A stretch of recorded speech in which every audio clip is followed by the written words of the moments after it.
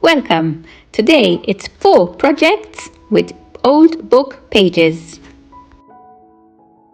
You will need a tin can, some white paint and book pages. Measure up from top to bottom of the can and prepare enough to cover the whole area and start sticking them down.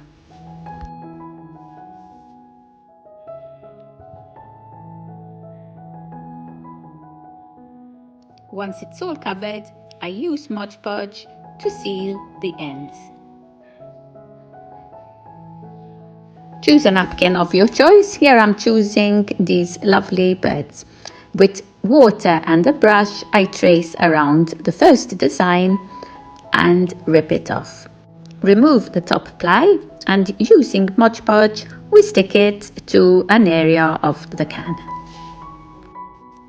I am going to be using and showing 2 ways of tearing the napkin.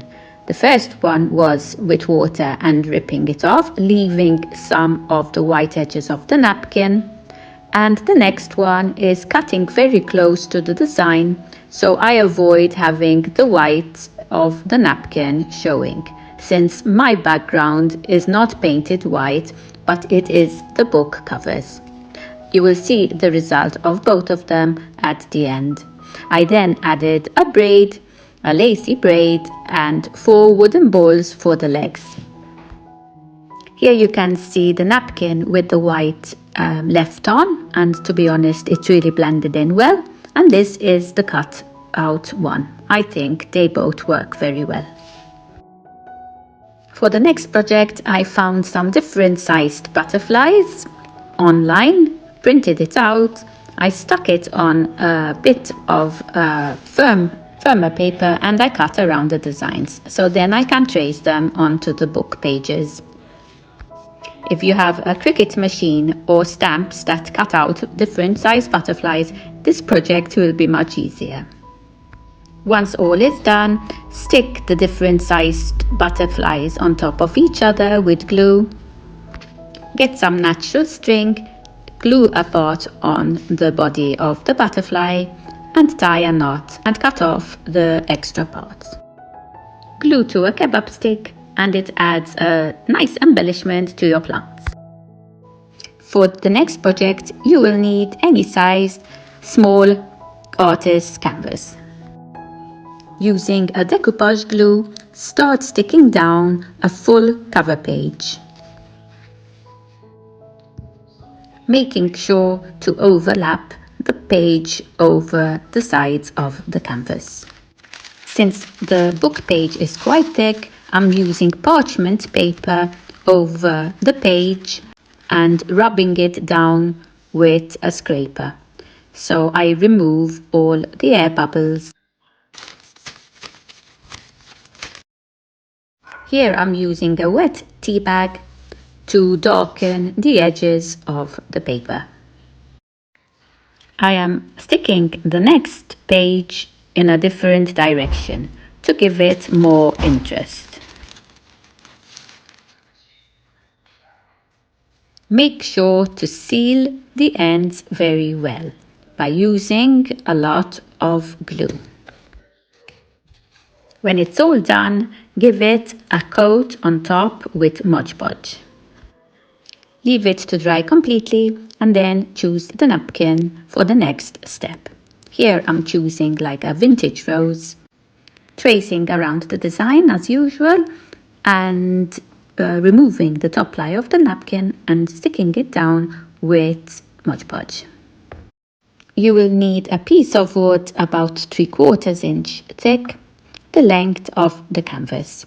Here I'm painting it in a neutral stone color, but you can paint it in any color of your choice. Stick it at the bottom of the canvas, and with a very fine drill bit I'm making holes for the hooks. Let me know if you find any of these projects interesting enough to make them yourself in the comments section below. I would love to hear from you. For our last project today, you will need a glass bottle. Here I'm tracing around a rectangular shape because I want a window for the bottle. I start ripping off pieces of the book pages, leaving them rough at the edges where I have the design drawn out. And I start sticking all around the bottle, overlapping to leave no spaces. I had painted the neck of the bottle in a white chalk paint, and now I am going to paint it in a colour. I put masking tape till the end of where I want to paint, so I get a nice neat finish. And I continue sticking the book pages on the empty areas of the bottle.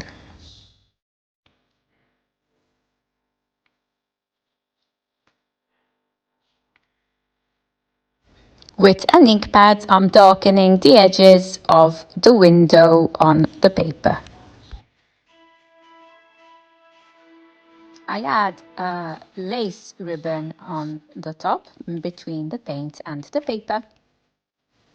Glue some cord, it's a suede cord, around the neck of the bottle, and I even add a tassel.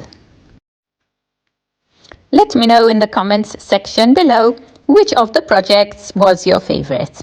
I will see you all on my next video. Till then, happy crafting!